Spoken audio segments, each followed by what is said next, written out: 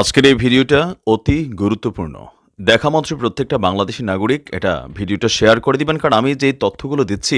Open বাংলাদেশের সেনাপ্রধান ওয়াকারুজ্জামানকে threat করে তিনি বলছেন যে ক্যান্টনমেন্ট উড়িয়ে দেব, যেখানে বলছেন যে সেনাপ্রধানকে যে বাংলাদেশকে নিয়ে ষড়যন্ত্র করবেন না, সেই মুখেই বাংলাদেশকে কুকুর বললেন। জানিয়ে দিই আপনাদেরকে যে অতি শীঘ্রই বাংলাদেশের জরুরি অবস্থান হতে পারে, যেখানে ডোভাল টিম বাংলাদেশের ঢাকাতে উপস্থিত হয়েছিল 4 তারিখ থেকে 7 তারিখ পর্যন্ত বাংলাদেশে ছিল, অথচ বাংলাদেশি মিডিয়ারা টের পাননি, কারণ ফেরও বাংলাদেশকে সাহায্য করলো ভারত, বাংলাদেশকে জঙ্গির হাত থেকে যাওয়ার মুখ থেকে ফিরিয়ে আনলো ভারত। প্ল্যানিং কনফার্ম ছিল। 7 তারিখে ওয়াকারুজ্জামানকে ছুঁড়ে ফেলে দেওয়ার দায়িত্ব জঙ্গি সংগঠন অলরেডি নিয়েছিল। খুব কনফিউজড হবেন না, সমস্তটা ডিটেলস আপনাদেরকে বুঝিয়ে দেবো যে বাংলাদেশের পরিস্থিতি কি। কারণ আপনারা সেই আগস্ট মাস থেকে শুনে আসছেন যে বাংলাদেশ স্বাধীন, তাহলে এত বিতর্ক কিসের? সমস্ত খবরের ডিটেলসে যাওয়ার আগে নমস্কার, আমি অদ্বিতীয়া রয়। আজকে আবার চলে এসেছি আমার ছোট্ট ইউটিউব চ্যানেল সঙ্গে অদ্বিতীয়ায়। আপনাদের সকলকে প্রণাম ও ভালোবাসা জানিয়ে আজকে লাইভ আমি এখান থেকে শুরু করছি। শুরুতেই একটা পয়েন্টে মাথা টিকিয়ে নিন। বিষয়টা হচ্ছে, অলরেডি এস জয়শঙ্কর শেখ হাসিনা যখন প্রধানমন্ত্রী ছিলেন তখনই বলে দিয়েছিলেন যে বিরাট বড় প্ল্যানিং চলছে, খবর আমাদের কাছে আছে, আপনি সাবধান হয়ে যান। শেখ হাসিনা বিষয়টাকে খুব একটা সিরিয়াস নেননি। ঘটনাটি হয়েছিল যে আমাদের প্রত্যেকের সামনে আমরা হঠাৎ করে আগস্ট মাসের 4 তারিখে 5 তারিখে এরকম টাইমে যখন দেশ ছাড়া হন শেখ হাসিনা, তখন জানতে পারি যে বাংলাদেশের সাধারণ মানুষরা অতিষ্ঠ হয়ে শেখ হাসিনাকে তাড়িয়েছেন। যত দিন গেল ইমেজ আমাদের কাছে ক্লিয়ার হতে থাকলো যে না, কারণটা ঘটছে যে পাকিস্তান পন্থীরা বাংলাদেশে ঢুকে গেছে, জঙ্গি সংগঠন অ্যাক্টিভ হচ্ছে এবং বাংলাদেশকে পুরোপুরি হাতিয়ে নিয়ে ভারত বিরোধী কার্যকলাপ শুরু হয়েছে, ভারতের এগেনস্টে ষড়যন্ত্র শুরু হয়েছে। দুটোর মধ্যে পার্থক্য আছে। এক সরকারকে তুলে ফেলা, গণতন্ত্র অনুযায়ী এটাকে মানা যায়, কিন্তু বাংলাদেশ জঙ্গি সংগঠন কন্ট্রোল করে নিয়ে ভারতের বিরুদ্ধে প্ল্যানিং, এটা মানা যায় না। যেটা প্রথম ওয়াকারুজ্জামানও বুঝতে পারেননি। তিনি ভেবেছিলেন শেখ হাসিনাকে সরাতে চাইছেন বাংলাদেশের সাধারণ মানুষ, কিন্তু যত দিন যায় তখন তিনি বুঝতে পারলেন যে ওরে বাপরে, এ তো ভয়ঙ্কর প্ল্যানিং। এখানে শুধুমাত্র শেখ হাসিনাকে ফেলে দেওয়া না, আমাকেও উপড়ে ফেলে দেওয়ার প্ল্যানিং করা হয়ে গেছে, যেটাকে নিয়ে 7 তারিখে অলরেডি 7ই মার্চ প্ল্যানিং ছকে নিয়েছিল জঙ্গি সংগঠন হিজবুত তাহরির এবং তৌহিদি জনতা, যেখানে দায়িত্ব দেওয়া হয়েছিল 2 জন জঙ্গিকে। একজনের নাম হচ্ছে মোহাম্মদ আতাউর রহমান আর মোহাম্মদ তামিম। এই 2 জনকে দায়িত্ব দেওয়া হয়েছিল যে এমনভাবে জঙ্গিদেরকে এক জায়গায় করতে হবে, এমন একটা মব আনতে হবে যেখানে মেন তোমরাই 2 জন থাকবে।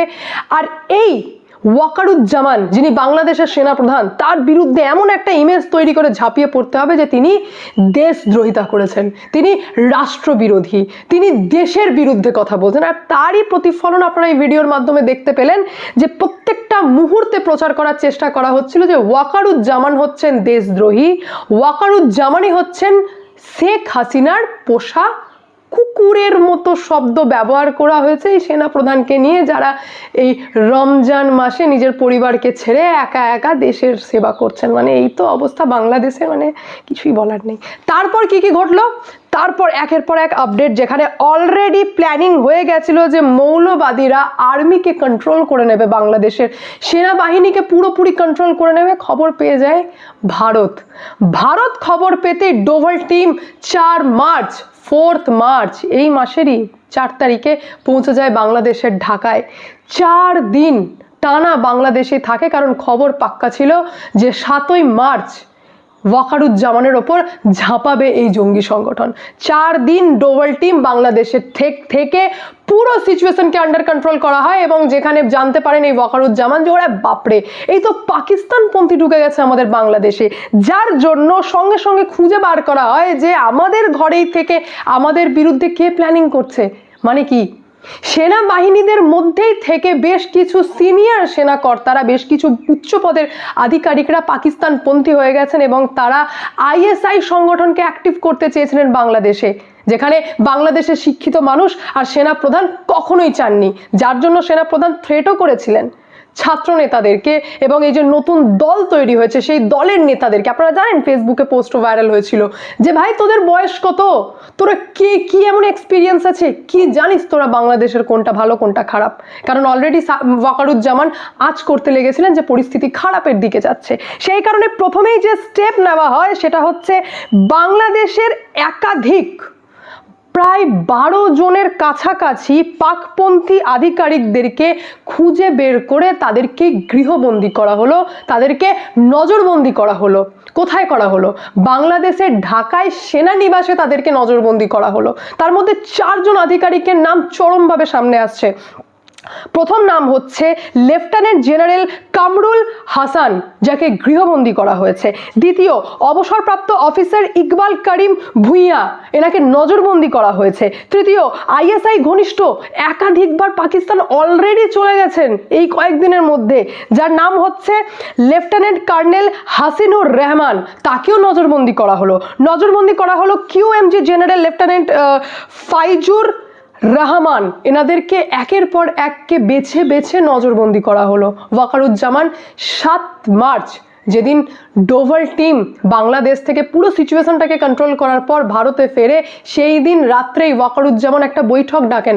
রাত 10টা থেকে 12টার মধ্যে সেই বৈঠক হয় এবং সেই বৈঠকের মধ্য দিয়ে মারাত্মক ডিসিশন নেওয়া হয়েছে। ডিসিশন নেওয়া হলো মিরপুর আর সাভারের বাংলাদেশের সেনার যে ক্যান্টনমেন্ট রয়েছে সেটাকে নিজের হাতে নিয়ে নিলেন ওয়াকারুজ্জামান, নিজের হাতে নিয়ন্ত্রণ করলেন, যেটা এতদিন পর্যন্ত নিয়ন্ত্রণ করছিলেন ফাইজুর রহমান, পাকপন্থী আধিকারিক।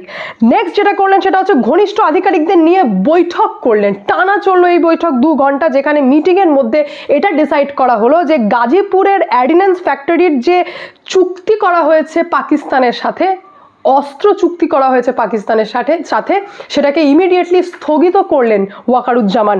বাংলাদেশের সেনার সমস্ত ছুটিকে ইমিডিয়েট বেসিসে বাতিল করা হলো। এবার এই সমস্ত কার্যক্রম যখন আইএসআই সংগঠন জানতে পারে, যখন পাকিস্তান সেনারা জানতে পারে যে বাপরে, এ তো ওয়াকারুজ্জামান জেনে গিয়েছে আমাদের প্ল্যানিং কি, বা আমরা কি প্ল্যানিং করছি বাংলাদেশকে নিয়ে, সঙ্গে সঙ্গে রমজান মাসের অজুহাত দেখিয়ে আইএসআইয়ের কর্তারা হঠাৎ করে রাতারাতি বাংলাদেশ ছাড়তে লাগে।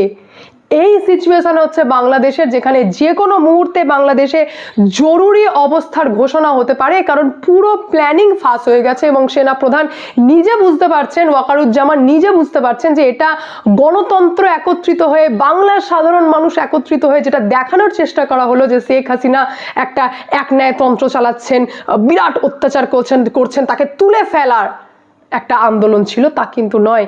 এই আন্দোলনের মধ্যে বিভিন্ন মাথা ঢুকেছিল এবং যে সমস্ত মাথা আমাদের দেশের বিরুদ্ধে চলে গেছে।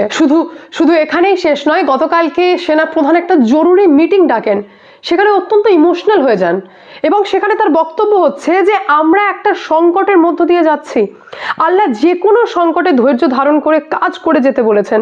আমি চাই তোমরা তাই করবে, নিশ্চয়ই আল্লাহ আমাদের দেখবেন। আমি জানি অনেকেই সীমা অতিক্রম করে সেনাবাহিনীর বিরুদ্ধাচারণ করেছে, আমরা সেগুলোকে প্রফেশনালি ডিল করব।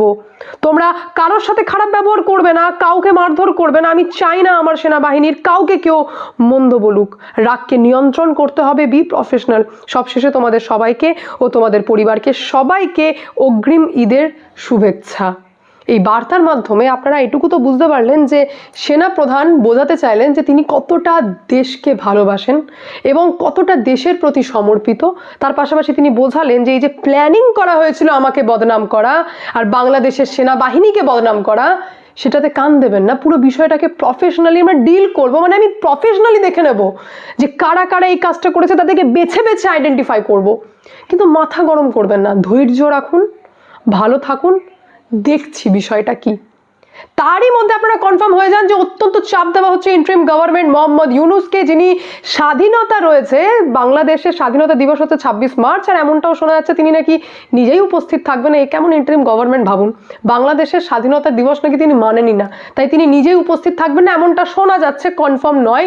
কিন্তু এমন চাপ দেওয়া হয়েছে ইন্টারিম গভর্নমেন্টকে যে এই বছরের ডিসেম্বরের মধ্যে ইলেকশন করাতে হবে, নাহলে যে কোনো টাইমে জরুরি অবস্থা ঘোষণা করে আর্মি কন্ট্রোলে নিয়ে গণতান্ত্রিকভাবে ভোট করানো হবে, যাতে একটা সুস্থ, স্বাভাবিক, শিক্ষিত গভর্নমেন্ট রান করানো যায় আর বাংলাদেশের পরিস্থিতি যাতে কোনোভাবেই পাকিস্তানের মতো না হয়। ওয়াকারুজ্জামান প্রমাণ করলেন এখানে তার বক্তব্যের মাধ্যমে যে তিনি বাংলাদেশের ভালো চান, দেশভক্ত, কোনোভাবেই তিনি বাংলাদেশকে পাকিস্তানি জিহাদিদের হাতে যেতে দিতে চান না।